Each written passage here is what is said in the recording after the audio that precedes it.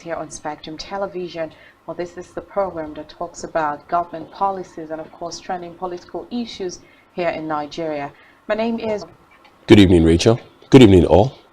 It's beautiful to be here. All right, so a quick one. We'll be taking a look at some stories today, political trends. The first story we'll look at the National Assembly. Of course, the news there is that Rawlings Gada has emerged as the acting clerk of the House, and of course acting deputy clerk rather. And of course another one is about the compulsory 1,000 naira proof of ownership that motorists in Nigeria are supposed to pay. And of course I'll also discuss about the EU's report on Nigeria's 2023 general elections. Right. So anyway, just stay tuned. We'll be right back. Before then, let me ask you, how are you feeling today? Very well. And you? Feeling better. At least better now. Yeah. All right, so we'll go on a short break. When we come right back.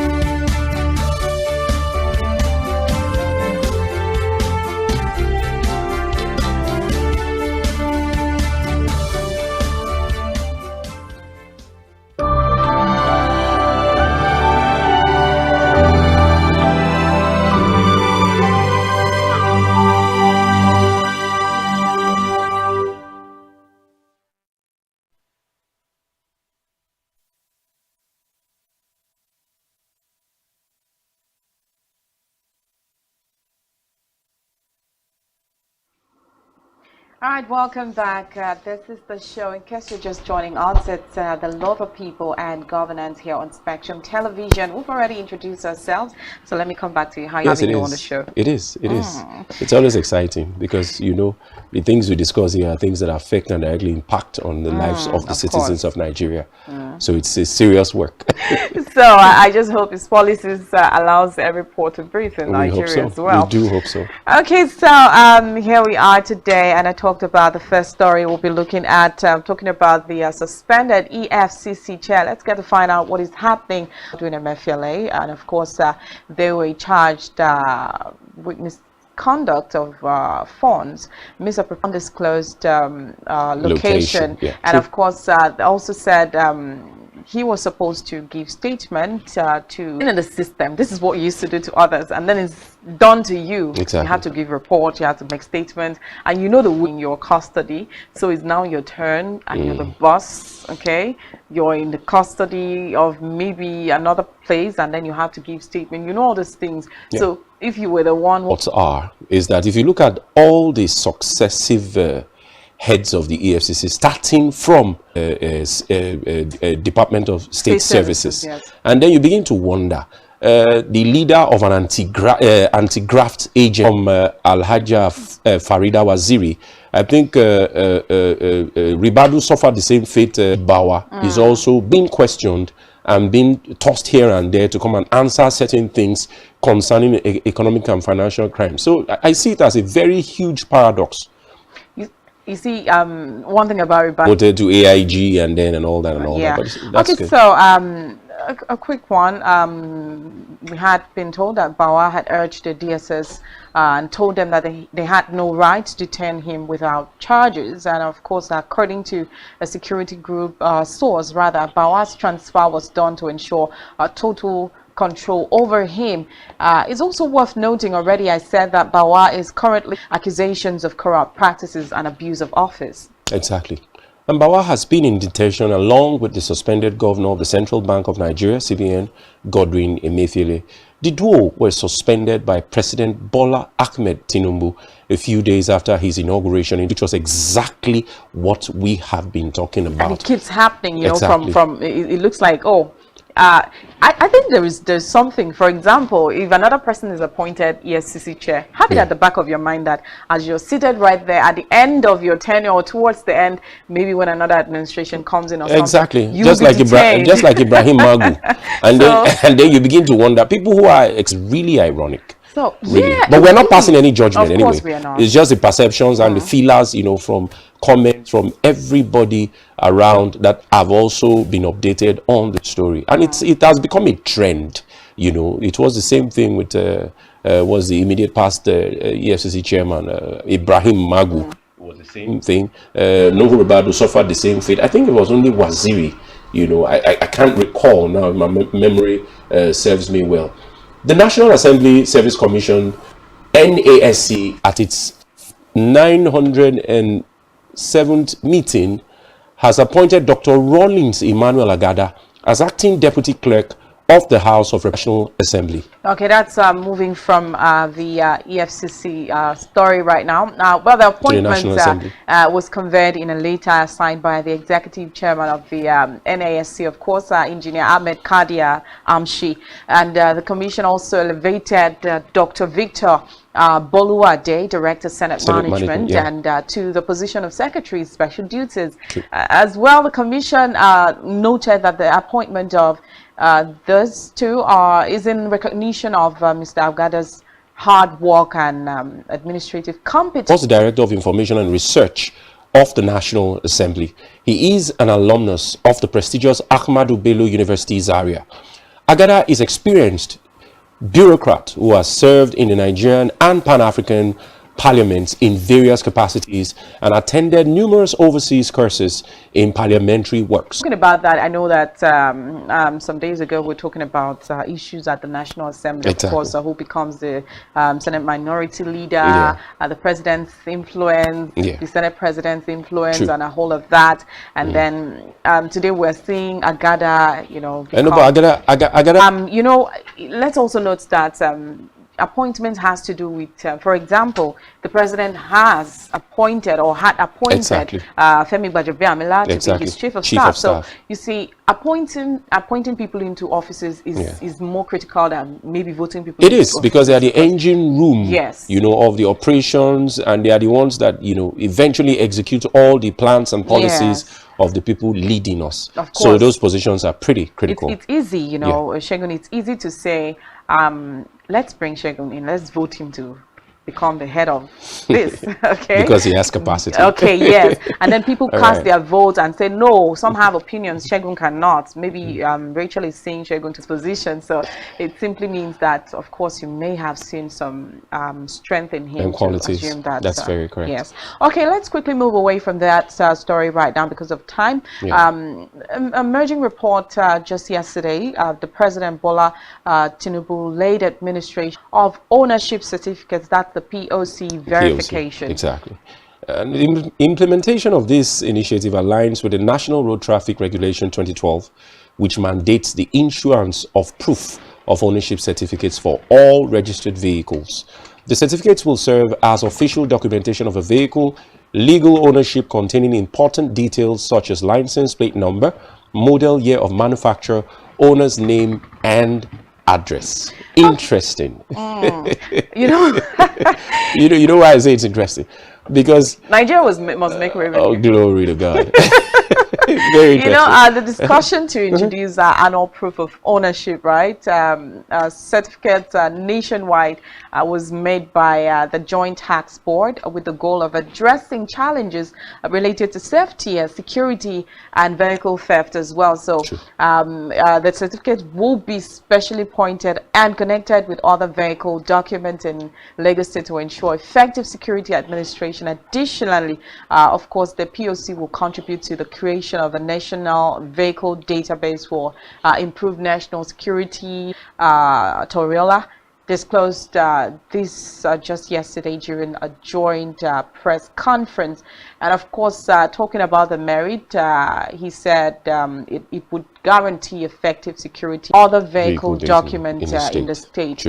Well, come to the reactions when some Nigerians feel that this is 15 to 20 years, the number of vehicles in Nigeria have completely exploded. You have some families up to 5, 6, 7 vehicles.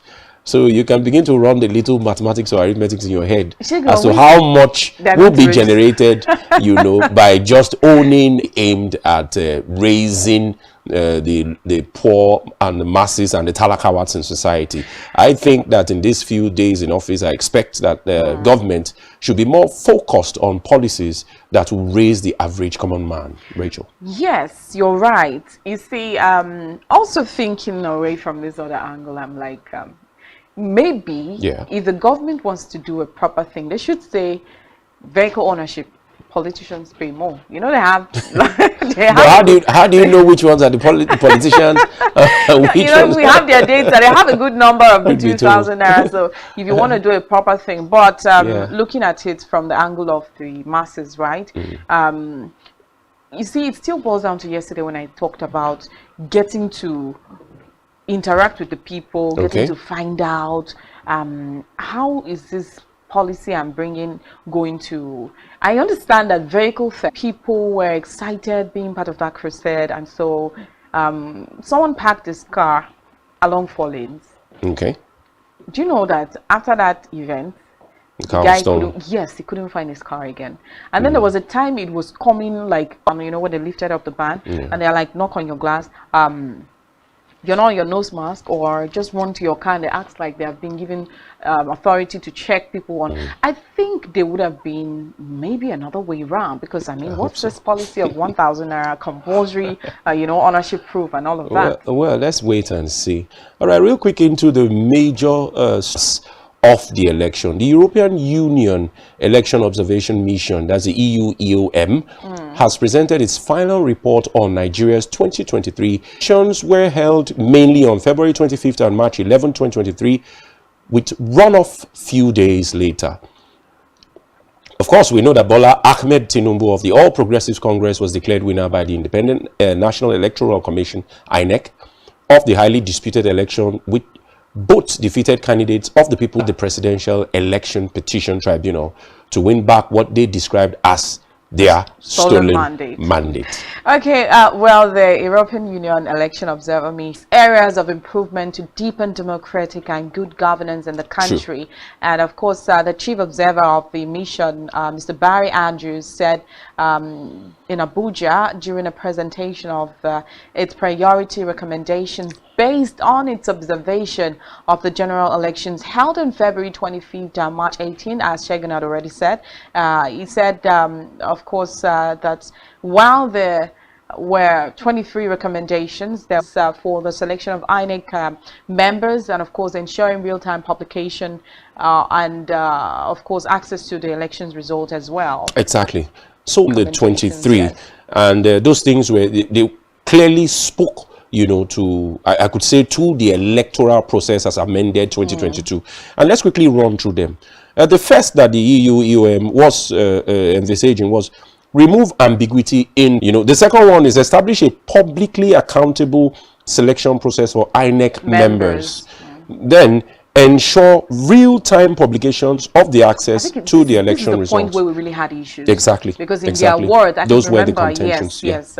And of course, INEC chairman had already promised results were going to be seen in real time, and then something happened. Of course, the safety of media practitioners, especially under the freedom freedom of speech, and freedom of freedom of press. Yes, I'm going to talk about that thing.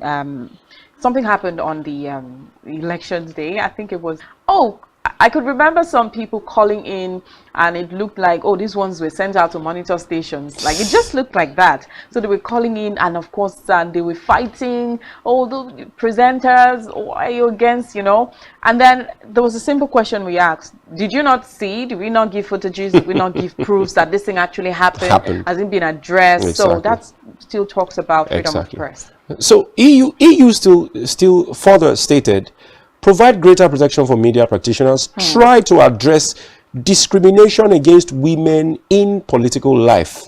And finally, the sixth one is in our electoral processes, where offenders, we hear that they finally capture some offenders, but in the end, we don't get to hear what happens anything. To them But I think at this point, we should We don't know whether our guest, we should introduce our guest so we can have we can bring in our guests. One of the important points to note here, it says, most importantly, there is need to for political will to achieve improved democratic practices in Nigeria. So it's another point to note as well.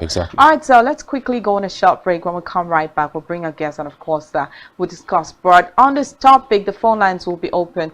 Remember the events that took place, but then you know, having a system where something happens and then no one can be held accountable for what happens is another thing that breaks me.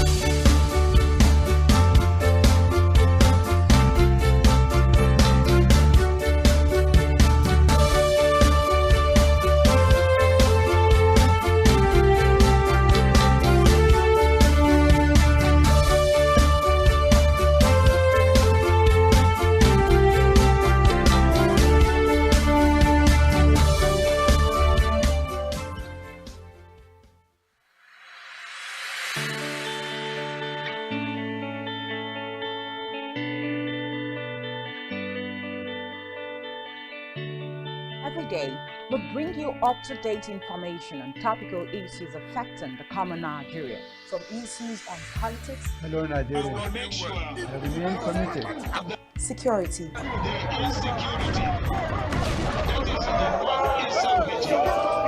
Education, health, lifestyle, and so much more.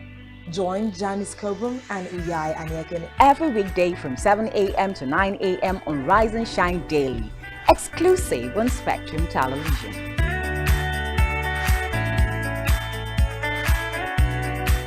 One truth not often told is about the transformation that Africa has undergone. It paints the African picture the African way, laced with truth, detail, and the color of the African continent. Join Uyai Anyekan every Tuesday and Thursdays at 4:30 p.m. Spotlight Africa, telling the African story. The Nigerian police, which is the only one allowed by grossly abuse. Our governors have to share police powers with the president as stipulated by the constitution. We do not have a federal government police force. We have the Nigerian police force, which shall be administered, organized, and supervised by the Nigerian police force. No, my lord, I want to say something. I want to say something here. Perhaps it might also enlarge the scope of people who should be invited here for examination. My lord, if we cannot find those who literally murdered Abiola, who are those people who could be said to be the beneficiaries of the death of Abiola? Rogers has linked you with some of the killings he did. He never did. He linked you with the attempted murder of Hebrew. He did not. My lord, the Matters Council is leading the evidence in our matters. Is this an adversary proceeding? It's not, my lord, but we can't be talking about cases which are in court. Is this an adversary proceeding? It's not, my lord. These cases are in court, my lord. I'm just reminding you, your lordship. My lord, sorry, my lord, I think I'll be in court of Legally Speaking, a program that deals with legal issues and questions we face as citizens of this amazing country, Nigeria. Legally Speaking. Join us every Friday from 5 p.m. to 6 p.m. for Legally Speaking.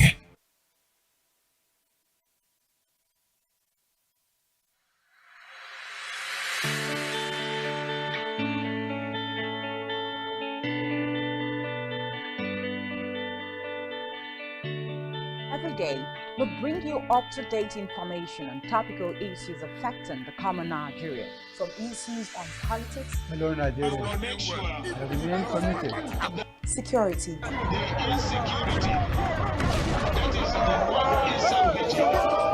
Education, health, lifestyle, and so much more. Join Janice Kobum and Uyai Anyeken every weekday from 7 a.m. to 9 a.m. on Rise and Shine Daily, exclusive on Spectrum Television.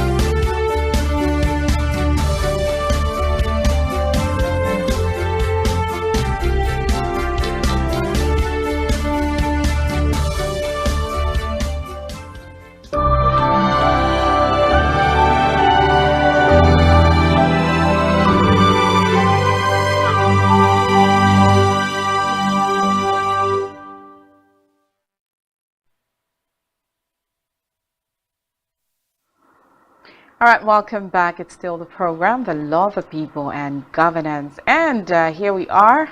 I and Shagun, and of course, we've been talking about the EU report on the 2023 general elections. I like to call it a post-mortem. This is the areas we did not do well. This is where we did well. You know, going through the EU report, before we come to the recommendation, I'd like to talk about the INEX chair's reactions, you know. I'm hearing a gentleman. I like to, anytime I talk about it, I don't know. I like to say the way it is because, I mean, come on. I covered the elections. I saw a whole lot of things. And then we were not addressed to say, oh, this is why this happened or something happened. I mean, talk about the point where they said elections result will be transmitted in real time. That gave confidence. In fact, he actually held a press briefing and said he's coming to debunk reports that the media is carrying. That yes, of course. Anyway, Richard, why you cut I know exactly what you want to say, but the truth is, you know, even as much as we tried to enumerate what, by European standards, what they think our elections have been, remember the cases in court. Of course it is. So rather than, I think we should be worried more on issues regarding the processes. And if you look at all the recommendations that the EU gave, you know, the European Union and some American organizations have been instituted to entrench democracy in the countries that are practicing democracy, because according to the West, democracy is still, you know, the best form of governance. And that's why you see the Western people trying to spread democracy across, you know, all nooks and crannies of the world. So we know that the European report, just like any other international observer report, is not cast on stone, is not legally binding, but that it's a reflection of our people and our activities and what we believe in when it comes to democratic, you know, practices. And the recommendations were very glaring and very clear. You know, there were, you know, concerns about impunity. There were concerns about ambiguity in the electoral law. Women you know, inclusiveness. because even if you look at the cases in court now, we are not really discussing it. But you will see that the petitions from the people who are complaining, talking about the LP and the PDP, there were some major things that were mentioned that they want to go and test in the court of law. Okay, some of those priorities, points to note, of course, they also said provide greater protection for media practitioners and, of course, ensure real-time publication, which we talked about. Of course, talking about establish a publicly accountable selection process for INEC members. I remember a point where, you know, it looked like the ad hoc staffs especially, you know, were not trained enough to be part of that process. And, of course, if you want to have the hitch-free process, maybe next time, of course, we have to really take that point into cognizance. We very importantly, I agree with you. And in addition to that, they are also saying that whoever you must appoint into the organization that is supposed to be the neutral umpire, it's expected that those people do not have affiliations to any political party whatsoever, and they do not already have some kind of bias that they may have manifested initially. So, but the recommendations are really comprehensive. We're just touching on the highlights. Okay, let's quickly see if our guest is ready to talk to us, and of course we'll bring him in so we can address some issues. Good evening and welcome to the show, Bernard Titus. Good evening, ma. Thank you, Rachel. Sorry, my apologies. I'm a bit late. I'm driving. Still on my way though. Oh, Mr. Bernard, you're welcome. You're welcome. Okay, Bernard Titus is a political analyst, and of course, he was the campaign head for Take Back Niger. Of course, responsible for backing Peter Obi of the Labour Party as well. Okay, so Bernard, a quick one. We've addressed some other issues. Now we're taking a look at the EU's post-mortem report, of course, on the general elections, the 2023 general elections. And some key points which they noted was removing ambiguity from the electoral laws. I don't know if you've gone through the 6 points they made There were actually 23 recommendations, but 6 were most important. Very vital. Yes, and then another one they talked about was women inclusiveness. They talked about media freedom, freedom of the press. Also talked about having to take your time to select. Let me read it accordingly. The first one says, remove ambiguities in the electoral law, establish a publicly accountable selection process for INEC members, ensure real-time publication of and access to election results, provide gender protection for media practitioners, or greater rather, try to address discrimination against women in political life, and of course address impunity regarding electoral offenses. I understand that we have the cases in court already, but let me just ask you, what is your view of the EU's report? Studio right away. SpectrumTv and everybody.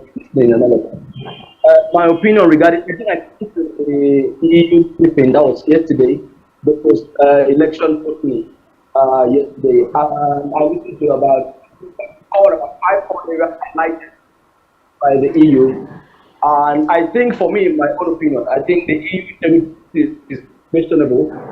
I expected them to do a broad analysis and then give us pinpoint what happened during the election. Oh, Mr. Bernard, hello, Mr. Bernard, are you still with us? Nigeria, the post-mortem is not even as important as expecting them to tell the Nigerians that Bola Ahmed Tinubu will win the election. Bernard, have you gone through the entire recommendations? Have you read the report in full? Have you read the report in full? Yeah, I read part of it. Okay, part of the okay, Mr. Bernard. Politics today, we were trying to also highlight about that. But my view is this: fine, it's usually very important for EU to give debrief of what happened in any election around the world. But then I see their submission to me a little bit of both bias. But I quite agree that those areas I like it are critical in the election. Bernard, at what point do you see them being biased? No, at the point, like for instance, I expected them to give a conclusive, point that the election that was marked with irregularities, and then it should have been very evidently clear. Mr. Bernard, I think there was a point where they even said it wasn't. Mr. Bernard, I put it to you that you have not seen the entire report. That's one. Then 2. No, that's what I'm saying. The EU said it lacked transparency. Everything you are talking about now has been encapsulated one way or the other. They may not be using the exact words you are using, but you need to see. You need to see anyway for the viewers the link to the I agree with you guys in the studio and journalists. You guys will always use phrases and terms that are preferable on journalism and all of that. But our job is just to report. The Nigerians that are used to it and they want to understand thoroughly. What Ahmed didn't win the election is simple. He used to set it very clear.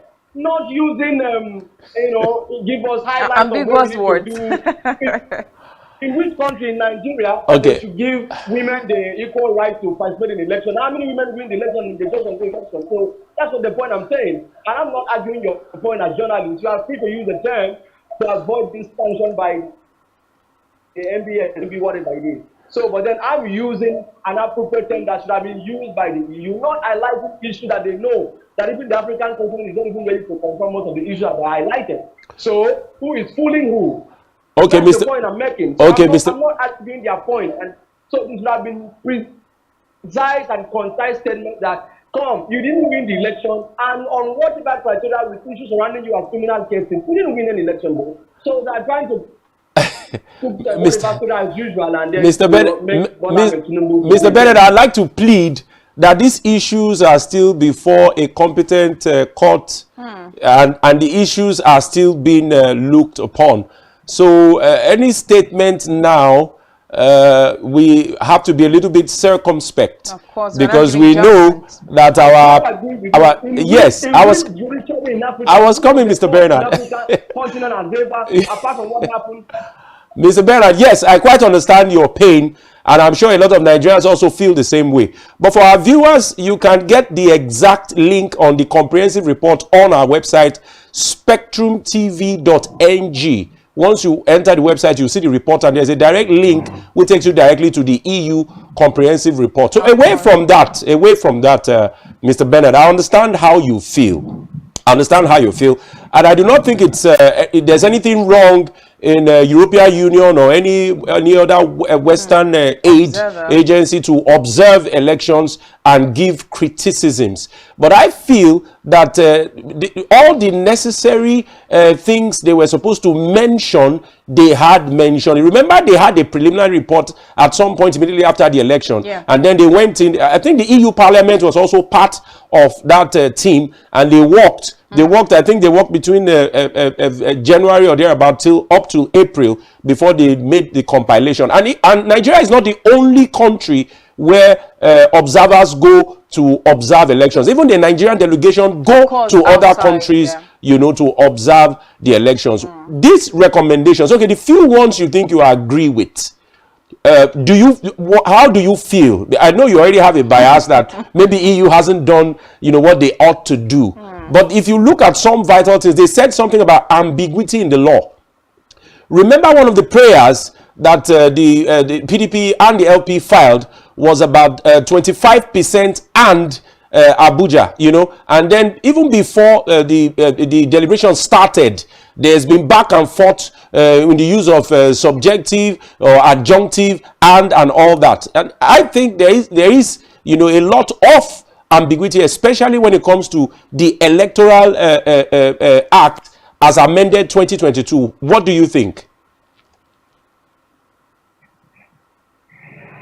Well, I think on that, the fortunate regarding the election, I think I'd rather agree with them. I see, but I see is messed up completely.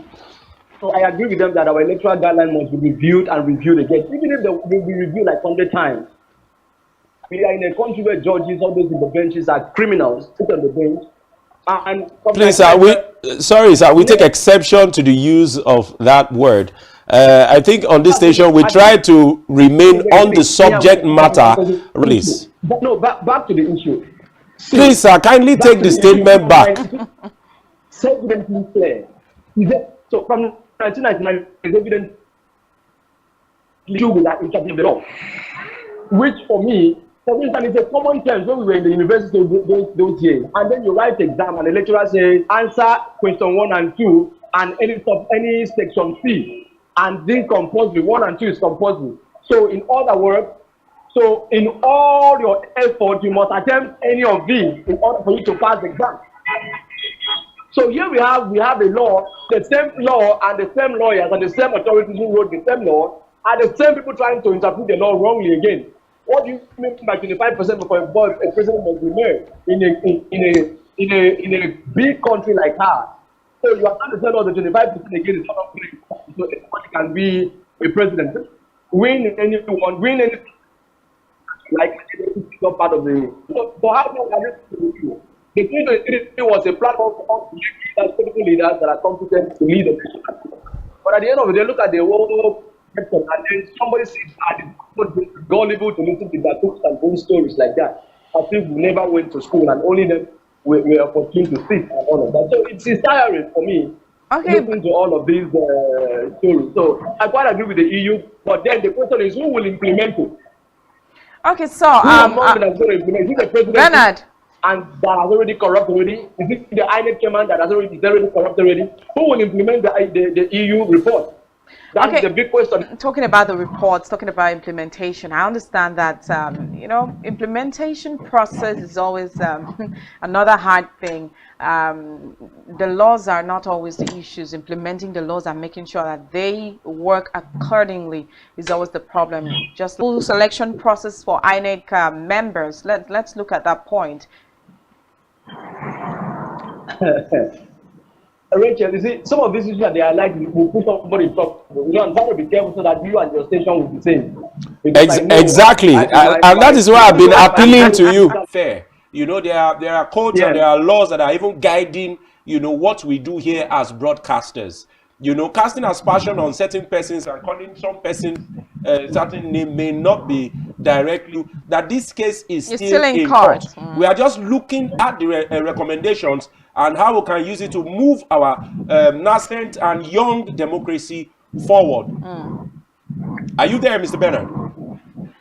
Yeah, I can hear you loud and clear. Yes. All right, so back to Rachel, where an INEC official at the reg chairman was declared sat down with a couple of police officers, announced the result, without no collection of result, without nothing. Aisha Binani, yes. So remember that. So now we also have the chairman of the INEC who also has to have INEC staff that are not properly trained, and then we go to polling units, and then what happens? Any electoral or economic give a little stipend and all of that. So the election results they mutilated and then clean up, and then whatever they like they write it. So the question is, all individuals who participated in 2023 election, both at the local level and international level, should be held accountable. It's as simple as that. So I think it's high time, even those at the coalition centers should be held accountable for all the flaws that we Mr. I think the criteria process for me, we should go back to academic school, and let everybody go back to that. Both religious leaders have a whole lot of work to do. Okay, so Mr. Bernard, sorry to interject. Mr. Bernard, sorry to interject. So generally, holistically speaking now, if you look at all the successive elections we've had in the past, say 12 years, every 4 years, would you say, overview, would you say that the Nigerian election has improved? I mean, let's start from the electoral act that was amended in 2022 that we applied and we tested in these general elections. Would you say there is some level of improvement? Are you saying we are on the path, at least on the path to to getting positivity? It right? At least give us some credit. Well, Bernard, why are you laughing? Mr. Bernard, you are very emotional on the show today. I'm laughing because giving credit like that is the introduction of IREV, introduction of BVAS. Yeah, I agree with you. We've done incredibly well. I think for me, from 1999, this is the best electoral reform. That's the most positive thing you said. Yes. So let me give them some level of credit and all of that. This is the best. I give up to Muhammadu Buhari as well for that electoral reform. Wow. Okay, so despite the willpower to implement it, but it was the best electoral reform we ever had from 1999. I can say that proudly. So a lot of improvements. Yeah, but not kudos to those who are in the umpire of election. Yes, let's stick to the issues. Let's leave the persons. They are in court, sir. Yeah. They are in court, sir. Yeah. So let's stick to the issues. I so the Electoral Act is a very positive pathway towards deepening. So we know. Yeah, quite agree with you. All right. I quite agree with you entirely. So, but however, it's not kudos to every one of them. I think we've learned our lesson from all of the election process. And then pay forward how we can make it more better and implement further more policies that will be better in the election process. You could last question, please. You could recall that immediately after that report, Barrister Okoye, that's the National Commissioner of Voter Education, gave a rebuttal of that report and said that the fact that they could not transmit in real time and they had hitches or glitches, as it were, is not enough for EU to write off the entire electoral process. Do you agree with that? Well, if I don't want to talk about President Okoye in this matter, I don't want to mention his name. He is a man of two-sided coin. Okay. So I don't want to mention his name. But let's focus on the statement he made. Yes. Yeah, the statement he made is for me. That is his own opinion, but then EU has his own position to make a clear statement and stand by it. So Okoye is also put all the community has made. Which one has it to feel? We should bring out all the community, all the grammars and English has been speaking in that in this class here. To feel none. So if EU has given them 0.0%, for instance, it should just take it and then take the criticism and then sit back and then work out things that will be better. So I agree with you. Okay, thank you so much, Bernard, because of time. Thank you so much, Bernard. I would love to talk, but because of time, we'll have to close the curtains for today. Thank you so much, Mr. Bernard. Thank you so much, Rachel, and SpectrumTv. Thanks so much. Okay. Thank you so much, because it wasn't fair. So carrying his heart in his hands, and of course, he's baying out his mind. Bernard is not the only person feeling that way. Yeah, of course. But of course, there is a constitution. You know, should approach the court. Of course, they are there to have started. The presidential electoral to reclaim their stolen mandate has started. So it would be very unfair to just make a sweeping statement of certain persons and all that.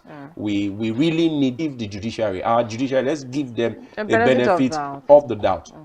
It's obvious now by the discrepancies and all the problems and crises emanating. It's obvious now that they are the ones holding the very thin fabric of the Nigerian democracy and the Nigerian nation, you know, together. So we expect that they understand the enormity, you know, of the task ahead of them, and we hope that they do justice to this situation on ground. All right, thank you so much, Shegun. Thank you so much to our viewers. Thank you for staying glued to your preferred station, Spectrum Television. Don't forget to follow us on social media and also subscribe to our YouTube channel, all of which you can find on our website, Spectrum TV. My name is Rachel David White, and I've been hanging out with... I want to say, Hinoma Olusegun is my name. And until tomorrow, do have yourselves a very great evening.